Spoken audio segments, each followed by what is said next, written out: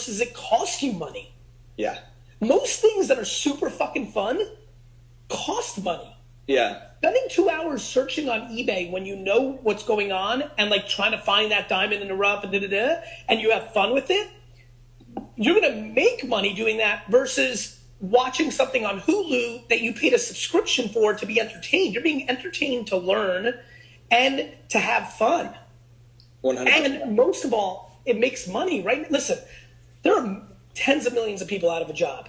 We are completely being disguised by COVID. Our government is just printing money to throw at the problem. Like, the economy is going to get punched in the face. Like, understanding how to make money right now. I've had over 25 people literally email. 25 is a big number with what I'm about to say because I've been counting it. Say that through DM and email that card flipping has fundamentally allowed their family to not be in a shitty situation during this time. And had they not heard me in October, November, January last year do it, like they lost their job and like they were paying their rent and eating like emotional shit. Yeah. Yeah. And by the way, on the record for everybody who's watching, markets go down. And also there's some level of gambling. Let me give you an example. One of the things I'm most interested in is in gambling. So football's coming up. Obviously, I love watching this. But when the Panthers are playing the Packers, I don't give a shit and I don't gamble. But now, this year, when the Panthers play the Packers, I'm going to care because I have this weird feeling that Teddy Bridgewater is going to have a good year and he's the starting quarterback in Carolina. And this is like fun for me now because like buying these, and if he has a good year, boom. Or then there's like other stuff. So like this one, like this just means a lot to me. Willis Reed is one of the greatest Knicks of all time.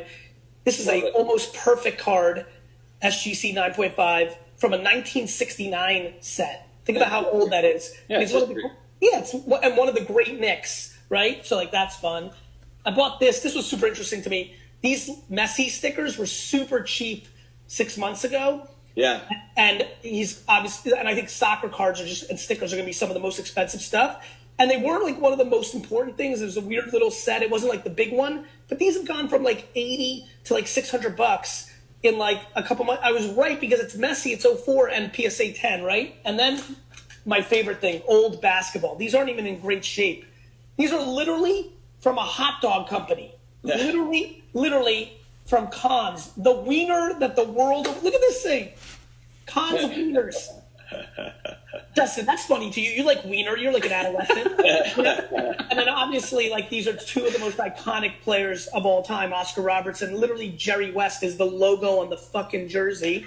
Yeah. Like that's why it's fun. That was my little stash that came in. That's awesome, man. That is awesome. The first question I wanted to ask you. So a lot of folks have, and this has caught the mainstream attention. We've seen this, but recently a LeBron RPA sold for a record $1.8 million. I guess my question is just from your opinion on it. Do you see more or any, I don't have any insight, institutional money coming in? This was something that happened 15, 20 years ago with coins, with rare coins, and you saw, pricing just went through the roof. Well, tell me about that. Educate me, Dustin, because the answer is yes. I believe that there's a stunning amount of real money, institutional money coming in. I know of people that have been approached that are on Wall Street by others. I've heard of conversations. I've been asked for my information of what I see, what I know. Yes, do I believe $100 million of 5 to 15 to 30 groups comes into the sports card world and starts buying up super premium stuff because this is this generation's art? Yes, I do. Do I think that a 52-year-old high net worth individual from New York that wants to remember, or maybe 60-year-old that wants to remember that Knicks championship because we've sucked for so long, that this, one of the only perfectly graded Willis Reed cards, is actually worth 20 times what it's worth right now the second New York money comes in? Yes, I believe that. Right. Yeah. And that's not me promote. Like, I get so frustrated when people are like, Gary Vee, like, yes, I have an audience, and I'm sure I brought in a lot of awareness. But this was first of all, the only reason I've loved cards since I was 8. I've had notoriety and awareness for a decade. I didn't talk about cards because it wasn't happening. Right. I'm talking about it because it's happening. But the answer is yes, I do believe that's happening. Now my question to you is, I've not educated myself on. I know that the coin market's a much bigger market than the card market, which makes no sense because nobody under 50 gives a fuck about coins, and everybody and a shocking amount under 50 care about cards. But I'm not educated on what happened to that scarcity. I'm more educated what happened with art in the turn of the century. Yeah. Educate me a little bit. What do you know about the coin? And it's very, my knowledge is very basic. That was just something that, as I was doing research, I saw a graph of it where literally institutional money got into rare coins and it shot through the absolute roof. And then within kind of a 2-year period, it started to, it did come down, but it did create kind of a new floor, for rare coins. Yeah. So that's the thing. The answer is yes. I want to move on to other subjects, but the answer is absolutely yes. I think that this is early. The economy could collapse and people may not look for alternative investments. That could change things. Markets go up and down. There's, Teddy Bridgewater could get benched in week 2. And that's why I don't really buy new stuff. This is more to entertain me. But this stuff, and the global icons that have already made it, they are absolutely no-brainers to me. Next question. What types of innovations would you like to see that could advance the hobby? There's only one big one. The machines that come along that grade cards instead of humans. Yeah. When AI technology, when that comes, it's going to go through the roof. But by the way, humans judge antiques and art now. Yeah. So let's not forget that. So anyway, I got to move on. Dustin, love you, pal. Talk soon. Thanks very much. It'll be a card-only show. We'll make sure we get you back up. I love it. Thanks, Gary. Thank you. Bye. And Bishi, when you say, how dare you, card grading is an art, I'm a big fan. I just think that technology will help it because a lot of people are concerned about the human aspects of grading where people manipulate and things of that nature. And, that's always a tension like it is in any other human-based subjective world. And so I do think that technology will come. And that's not my opinion. That's just knowing the advancements of technology that will eventually get there. Let's keep moving. Hi, Gary. Good morning. Hey, Andrea. How are you? How are you? Thank you for your time. Thank you for doing tea with Gary Vee. You're welcome. Real quick, everybody's watching. Share squad time. It's share squad time. Andre, do this with me. Share. Everybody share if you're watching. Go ahead. What's your question? Okay, so a quick story, quick background. I work in the live event industry. So in February of this year, I decided to start doing my own shows, go on my own, producing my own projects, keep thriving. In January of this year, I became pregnant. Thank you. So then, however, March came, COVID came, and then, of course, the majority of the events that I had confirmed or whether they were rescheduled or were canceled, Trust me, I know. Most of my money comes from speaking, all down to zero, so it's been an intense time. So, and also the uncertainty as well. So, but however, I've been working on new things, and then one of the things that I've been working is woodworking. Okay. Well, basically, by the way, I've never worked with wood before, like carved anything. So I started carving out kitchen utensils out of wood all of a sudden, and then I really enjoyed it. I do see a big vision in it, like in the near future. But however, I'm still learning in order for me to sell it out to the public and then provide this product up in the near future. So that's one thing. This is one of the dispatches that I've done. So cool. Good for you. Yeah, I'm really proud of you. I think a lot of people during COVID exposed a lot of things where a lot of people had something bad happen, like live events or restaurants. They fell into a huddle and cried, and other people just attacked something else and innovated. I'm just really impressed by your will and your creativity. Thank you. It's been a roller coaster. It's just dealing with so many emotions and also the pregnancy and everything. So, of course. But however, additionally, I work with a production company called Mestiza Productions. Before all COVID, this is, we work a live entertainment production company, making audiovisual performances for social events, corporate, so on. We build entertainment for presence of brands, promotional products, and so on and so forth. So with this is through live talent, drums, percussion, musicians, and however we've been pivoting and taking these elements and then providing the service to virtual events, the virtual events that are happening right now, making it more engaging, more interactive. You're becoming a production company in the reality of a digital virtual world instead of a physical one. Exactly. So, however, I mean, we're still trying to learn how can we do all these performances with the musicians, with the dancers, with the recording, because it's pre-recorded. And then, yes, so basically just providing the service to all the clients that we have or new clients, and basically just making it more a solution or making it more interactive with the audience, like something, because you're sitting down and then on the computer and then just with the conference and make it more interactive. So my question to you is my whole question. Seeing all this, how would you manage, whether it's the woodworking, the pivoting in live events? I have a huge answer for you. The number one thing that you need to think about is not overjudging yourself on a daily, weekly, or monthly basis. Yes.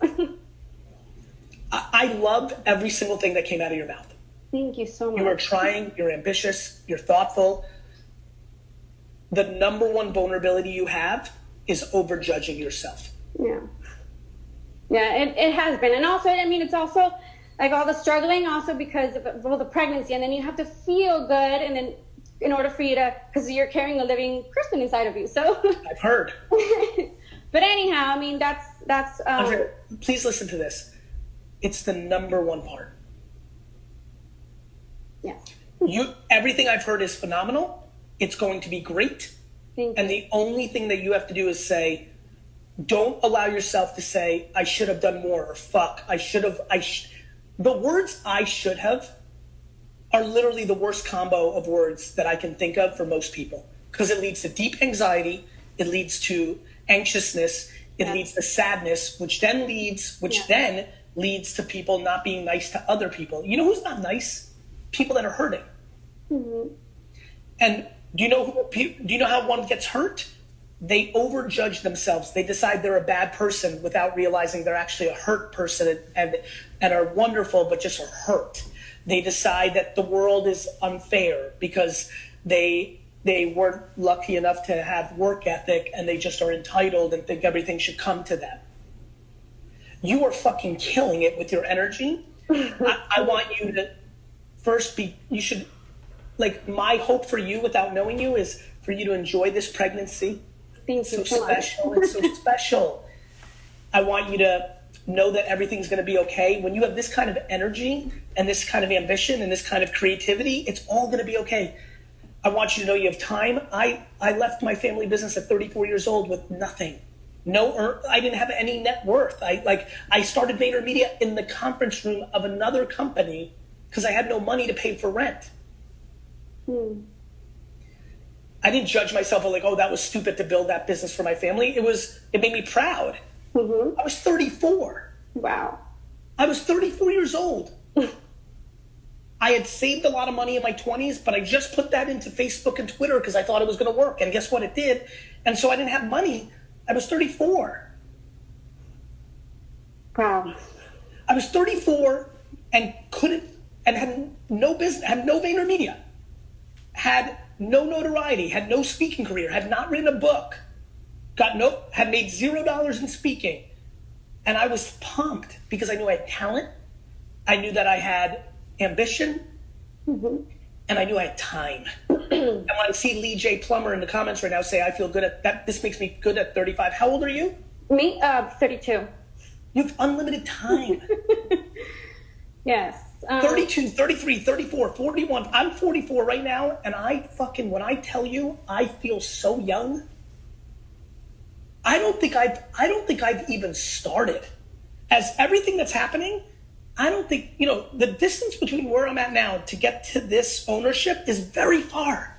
And I'm not crippled by it because I'm just starting. Yeah. And I have people in the comments right now that are 27, 29. 29 is a fucked up age because everyone's like, oh, 30. And it's all society has made a huge mistake in the way that we taught people about age. I mean, I'm interacting with 63-year-olds that are just realizing that they're leaving corporate America and starting their own business, and they've never been more alive. And they're 63 and healthy and vibrant and acting like they're 42 from a generation earlier because we're all younger, we're eating better, we're taking care of ourselves more. The only mistake you can make is beating yourself up. You've got everything. Should you do more woodwork? Maybe. Should you learn more about virtual events? Maybe. Do I think virtual events are going to be huge forever? Yes, I do, and I think you should double down on that. But the number one thing you need to do is enjoy this pregnancy because it's extremely special, and woodwork and production and business and fucking money, it will all be there. Okay. Enjoy it. Don't beat yourself up. It's not the time to be stressed. Yeah. I mean, it's been a roller coaster. It's always, it could also, listen, everyone's like, it's a roller coaster, it's so intense, cool. Let's all role play. In 2 years from now, COVID's all set, we're back to normal. Mm-hmm. And then your best friend dies of cancer. And then your government has an election and goes to fascism. And then your partner dies of a heart attack. And then your child gets diagnosed with a disease. Life is always... Yeah. Yeah. Do you know that if COVID started 3 months earlier, Kobe Bryant would be alive? Yeah. Life was super fine in January in America. If COVID started in December, Kobe wouldn't be in that helicopter. He'd be alive for another 60 years. Life is unpredictable. It is. So do you know how many people's lives were saved by COVID because their destiny was to be on a highway and get into an accident that night, but they were stuck at home complaining that they're bored? Wow. Yeah. People don't understand life. Yeah. We need a better perspective. You are so lucky. You're lucky. You know how many women right now are crying every day in their sleep because they can't get pregnant? Yes. I mean, I've thought about that every day. I mean, I believe you. I'm not saying you don't. I'm talking to the audience right now. Like, be grateful for what you have. Be grateful for what you have instead of stressed about what isn't going well. Every day, I have thousands of things, hundreds of things, tens of things not going well. I run a huge company. There's unlimited things going on. I have a big personality. There's always hate being thrown at. Like, I can't dwell on that. I have to be too grateful for the health of the people I love. The end. Gratitude is the formula. it is. So one long-winded answer for the right answer for you is don't beat yourself up. You are clearly a fortunate person with the right ingredients to figure it out. Thank you so much. Enjoy this. Figure out how to enjoy this. Enjoy, there's so many kids complaining that they're at home with their parents, and this is the last chapter that they're ever going to have meaningfully with their parents before their parents die, and they're not enjoying it. They're complaining about it. Yes. And in 3 years, they're going to cry like a baby, looking back to the 6 months they were at their parents' house during COVID and wish they played more board games and wish they did come downstairs and watch TV with their mom. Like, people take shit for granted out here. Yeah. Yeah. And things like this, I mean, sometimes I just think about the future, but then sometimes I am like grateful, like, oh my God, thank you so much. It's giving me more time to just sit down and just be with my baby and then just the pregnancy. Yeah. And by the way, I respect the shit out of you. I do the same. I love that you have a thought to the future. You have to strategize. It's good. But it can't cripple you. And most of all, you have to recognize you're just a human being. You're doing the best you can. Yes. Awesome. That's it. Thank Take you care. so much. You're welcome. Let's keep it going. It sure is cat heart.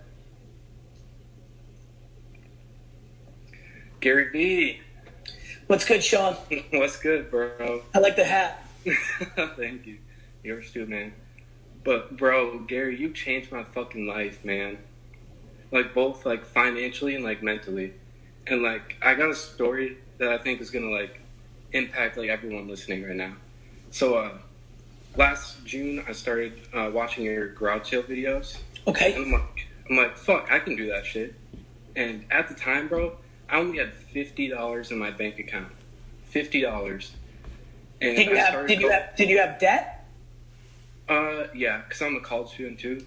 So, and I had a part-time job, so I was like still doing shit, but I was still doing that on the So side. you have $50, you see the video, and you're like, fuck, that's not investing in Facebook and Twitter. That's not starting VaynerMedia. That's something I can do. Sean, I don't want to get emotional, but the single reason I did that show was for what you just said. Mm-hmm. Facts. I'm so happy, and I think the world is so abundant that the only fucking thing I want right now, the only thing that, like, the true thing that drives me is to help people get happy. And I came from dirt, bro. Same, bro. I wasn't giving shit. Yeah. Like, and I fucking figured it out with humility and fucking work ethic and education. And trash talk is education. So keep going. You got me on tilt. Go ahead. So you're like, fuck, I can do that. I got $50 fucking dollars. Keep going. So I started going to garage sales, thrift stores, and I'd buy shit for $1, and like I'd even like sell it for like $2 or $3. On what?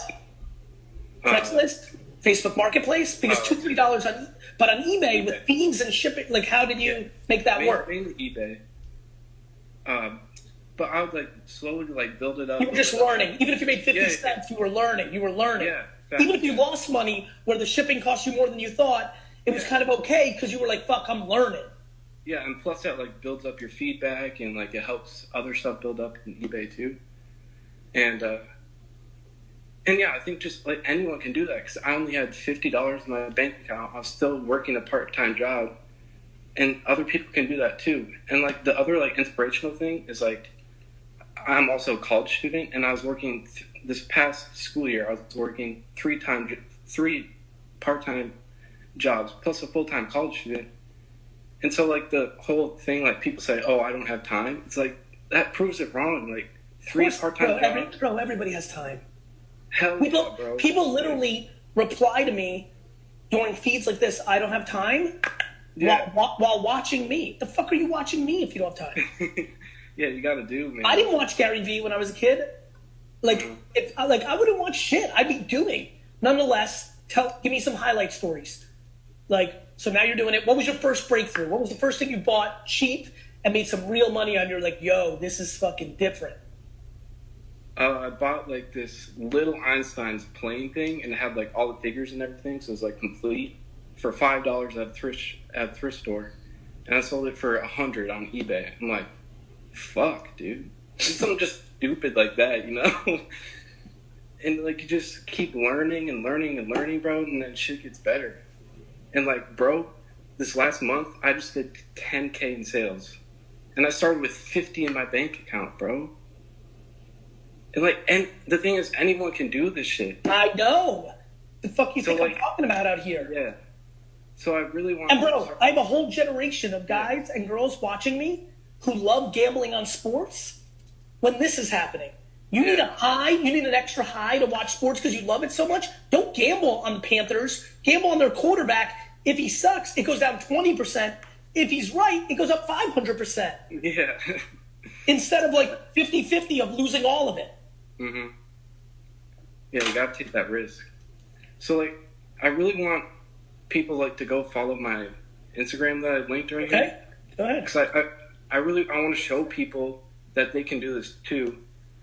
And because I know like there's that college student out there or that mom out there that's struggling to put like food on the table next week.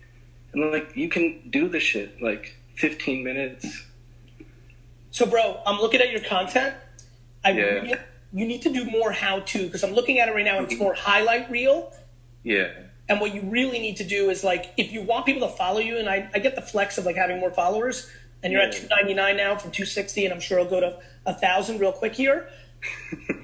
But if you're going to keep them, you got to give them value. And like, you know, this is great and it shows that it's true. Mm-hmm. But you got to do what I do. The reason, you know, trash talk costs me money. D-Rock's not free. My team's spending time producing not free. My time's not free. But I'm showing them. So you need to really, really, really show them. Yeah. Like real and educate them. Make video, you know, I see you getting sports card flip. Yeah. How much did you pay for this Trae Young that you sold for $338? Like $200. Dude, the sports card thing's been crazy, huh? Yeah. And I got 2 Lucas back in February, bro. When you were talking about it. When I was talking about it, what'd you pay for it? $250. Now they're like almost $1,000, bro. Hell yeah. Bro, it's happening. Listen, it's fucking happening out here. And by the way, cards could go down, but garage sales, True, yeah. They're buying for dollars, selling for that shit, never going anywhere. Yeah. So please, everyone, if you're watching, like, please go follow it, because it'll make me want to go even harder. Like, really, it'll help me, like, bro, push myself to go help you guys. Hear me real quick. It can't be about you. Yeah, true. Flip it.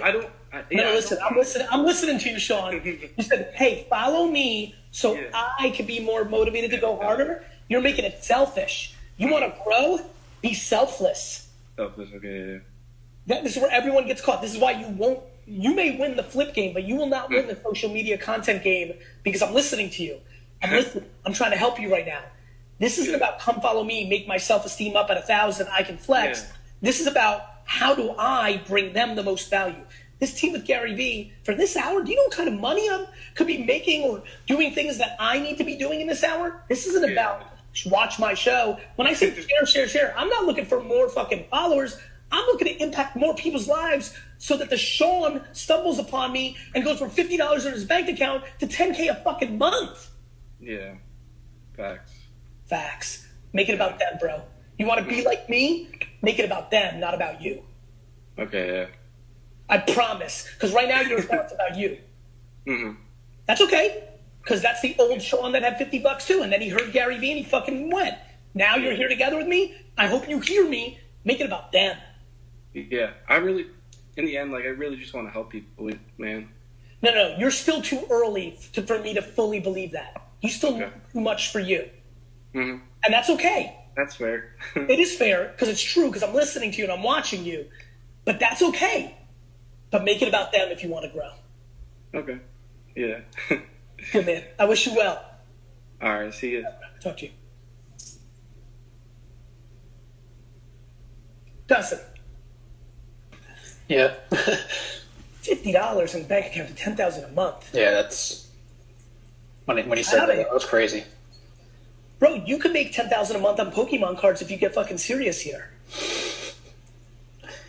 You're laughing. I'm being dead fucking serious. No, I know, but dude, Pokemon's 25th anniversary next year. Yeah, Do you understand how hot they're gonna be? And what you need to do is you need to buy one for $300, sell it for $600. You don't have the bankroll that I have, so you have to leave some money on the table. You have to buy a card for $300, sell it in a month for $600 by doing homework, picking the right one. It's gonna suck because that same card's gonna be $2,000 in a year, but you don't have the depth of a bank account, so you need to just keep flipping so that in 6 months you have $30,000 in profit. Then you go ham. Then that 30 becomes 100. Do you see where I'm going? Mm. The biggest problem for people right now is they're like, fuck, this is going to keep going up, but they don't have the bank. You don't have enough liquid. Yeah. So you need to buy, sell, buy. So this is what I did as a kid. Now I've worked my fucking face off for 25 years to have the luxury of, like, really going in and not having to flip and maximizing. But as a kid, I would buy Ken Griffey for $2, sell for $3, even though I know it was going to $5.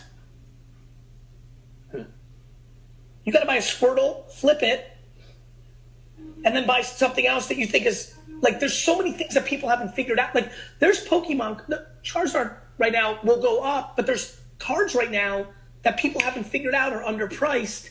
You have to get deep into that world, be like, wait a minute, the base cards or the trainer cards are actually underpriced. You see what I mean? Yeah. That's how you win, not sitting with your collection and looking at it. Right. Very good point. Thank you. I mean, I'm still doing a lot of, like, researching, like, good. Just watching YouTube videos of people, like, the experts doing it. Oh, so much free content on there. Yeah. Yash Shah goes, sports cards are not popular in India yet. Soccer cards will be, Yash. Pokemon will be. Maybe not American football. Basketball, maybe. And maybe never. And that's okay. Buy them and ship them to people in America. I'm buying shit from all over the place. You know what I haven't gotten into yet that I'd like to is Magic the Gathering. Big shout out to Robbie Turnick, my best friend as a child.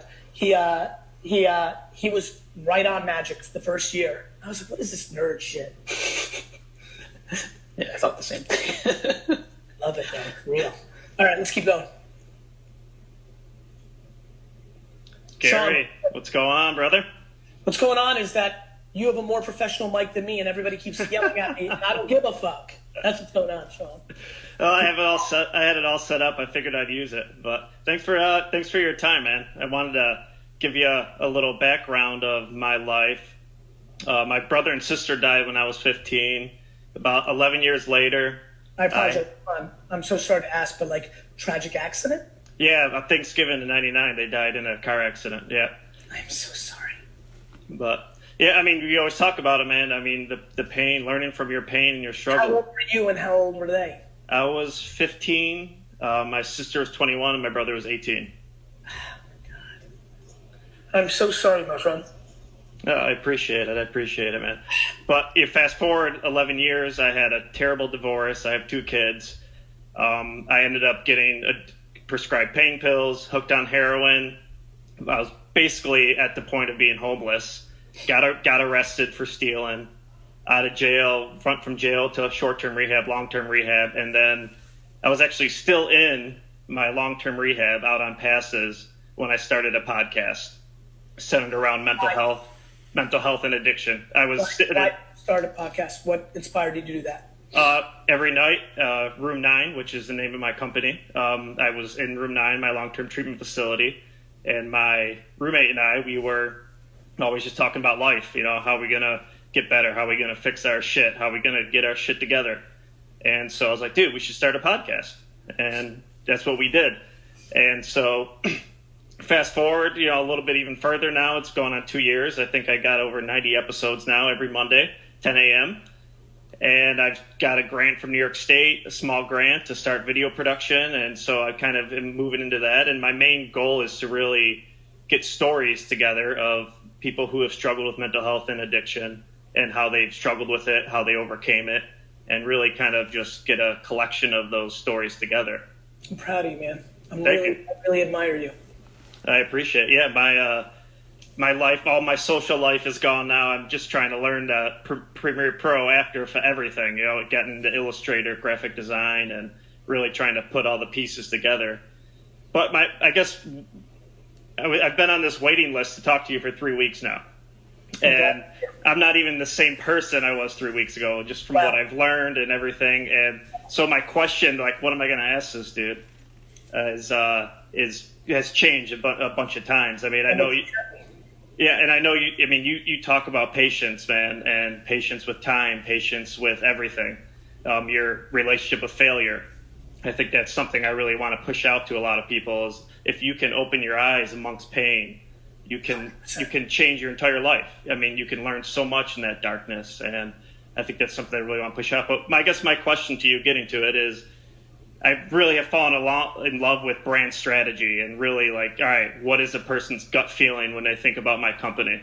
Yes. And I found I've been able to take my shittiness for my addiction, my conning, my talking with people, convincing them, and using that in a positive, powerful way. Sean, they're kissing cousins. My mom and dad literally every day I'm around them, say, my God, if you ended up being bad instead of so good, you would have been the worst human of all time. Like literally, like they're like, they compare me to like some of the worst people of all time. I actually sometimes, I'm not a praying man, but sometimes I literally look up because I know I have such talent to communicate, and I just say, thank you, God, for not letting me be selfish and bad, because I would have fucked this world. Mm-hmm. Yeah. So when I hear you say that, I get it so much, brother. I get it so. By the way, it's such a gift and a power that I feel this is a meta moment. I can't control the fact that I had to like live the Gary Vee life. I have to give love. It's almost like I'm being forced to by my chemicals, because I'm so capable of communicating things in a way that almost every other human doesn't have that ability. Yeah. You're exactly right. All those abilities you had on the bad, they're equally, you just flip the coin. You were on tails, bro. You were on tails. And thank God that you had the strength to flip it, and now you're on heads and it's going to fucking work. I want to listen to your podcast. I don't want to listen to shit. That'd be great. You should actually come on sometime. How about this? It's done. I'm on. Awesome. Beautiful. Talk to whoever you've talked to on this, and I'll be on in August. It's All done. right. Locked Beautiful. in. I love it. And the reason I'm doing it is because I know that if you have me on, that you could then cold email everybody on Earth and say Gary Vaynerchuk was on, and you're going to get a lot of yeses. I'm giving. I don't need a fucking half hour to be on your fucking show, Sean. But I'm forced out of my gratitude to do it. I'm being dead fucking serious. Absolutely. I know you're busy as fuck, man. Trust me. I appreciate that greatly. Not busy enough to not give. I appreciate it. And I think that's such an important message you give to so many people, that it's all about giving. And that's why I love branding as opposed to advertising, because branding is about, hey, give, you know, and let's pull you in. And that's why I've kind of totally fallen in love. Did you read Jab, Jab, Jab, Right Hook?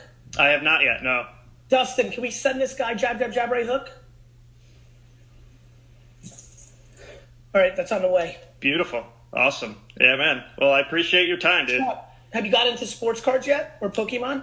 I have not gotten into any sports cards. It's funny you talked about coins and no kids liking them. My 13-year-old loves collecting coins. I love it. Big shout out to the 13-year-old. I'm sorry, I wasn't razzing. I didn't, that's cool. Did you collect when you were a kid, any of that stuff? I did, actually. Yes, show me, Sean. Show me.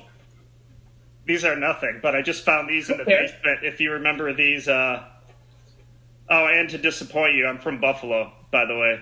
These pro sets, do you remember these? Of course, I had an ungodly amount of pro set hockey. I had so many, and then before that, there was Score.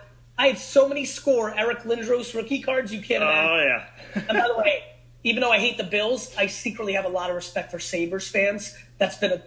I like franchises that don't win. That's Buffalo. And then have good fans. I have a lot of respect for Buffalo secretly. I can't like the Bills because they beat the fuck out of the Jets in the 80s. You went to 4 fucking Super Bowls in a row.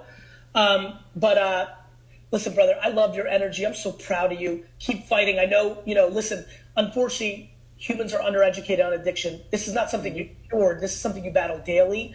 And I have a lot of respect for you. And I really am excited to come on room9podcast.com. And I'll see you in a little bit. And I'm just glad you're here. I'm glad you're here in the macro. You know what I mean? Absolutely. I appreciate it. I'm glad to be here. It was a switch that flipped it. Did we answer the question or are we just hanging out? Is there a question? Yeah, kind of. I was asking you about branding. Well, here's branding. It's about what I just said to Sean earlier. It's about them, not you. It's about listening. Everyone's so confused. I interrupt people, this and that. They're like, you're always talking fucking loud. I'd love to hear your fucking own voice. No, I don't. Fucking listen 24 hours a day, and then once in a while have a moment to talk. I'm fucking listening 24 hours a day, Sean. I'm reading more comments, more DMs, more emails, more texts from my community than any fucker on earth. I'm so busy that I'm not replying like I used to, but I haven't stopped listening at all. I'm fucking hearing you. It's how I bring up my content. It's how it goes.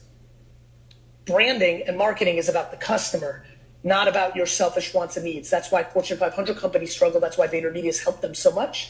And that's why so many influencers suck. And that's why I'm helping them so much. And that's what you need to focus on. Awesome. Well, I appreciate it, brother. And for really, really quick, for anybody out there, it was a switch for me. It just happened where I just started loving myself. And if you don't take care of yourself and love yourself and have confidence in yourself and have confidence to fail, Sean, that's the biggest thing. It's because everybody else sucks too. Yep. We all suck. Listen, brother, you went through a super painful thing. I don't know what kind of person you were at 15, if that was inevitable that you were going to go down a tough path because of the chemicals, because of the parenting. But fuck, bro, to go through that kind of tragedy, that's a shock. No, it is. Yep. And I didn't even realize how much it fucked me up until probably a decade later. Of course, because, whatever again, I'm running out of time. I got to run to a client, but maybe you were trying to be strong for your parents. I don't know your circumstance, but it's the subconscious that takes over. Yep, absolutely. All right, Gary. Well, I'll let you get going, brother. I appreciate your time, man. You're the best. Matt, Peace. I saw in the comments. Big shout out to you. Way to fight through that meth addiction. Thank you, Sean. I love everybody. I hope everybody's super well. I love you. See you tomorrow. Or am I tomorrow, Dustin? Yep. Oh. All right. I want to No Friday, though. Just tomorrow. See you tomorrow, everybody. Please, please, please, let's get a fuckload of people watching this shit. We're helping out here. See ya. And the people that are going to win over the next 5 to 7 years are going to be very comfortable in controlled fucking chaos. You don't love the process. This is dreams we're talking about. Dreams require sacrifice. All of your actions have to then map to it. Backpack. Nobody gives a shit about where you grew up. The whole game is scaling the unscalable. It's fucking hard work. It's being respectful. It's being a good person. Do that. That's just a good idea. It's there. The flip game's there. This house right here, there's $400 to be. I stay in my lane. Like real fucking tight. But you can't be crippled. Everybody here is judging themselves. You're looking at what's in front of you right now. You're losing because you're laying in your bed looking at somebody's fucking glamorous photoshopped picture of them doing something cool, and you're envious and you're jealous and you're impatient, and it's crippling your upside. Let me just say it one more time if you're confused what I just said. I say put your fucking flag on the ground of who the fuck you are. Whoever provides the most value always wins. You're entering the greatest 5-year window of your life. My only answer to me or anybody, like, it's just like, try shit. Shut your business down and go work for an apparel company for 3 years. Nobody you've ever met got there without the hard work. So you better get your speed up. You better work harder. You better work smarter. If you can't Google stuff, you're not going to be able to do anything that I'm telling you to do. Gary TV, my new account. Check me out. Hope you enjoy it.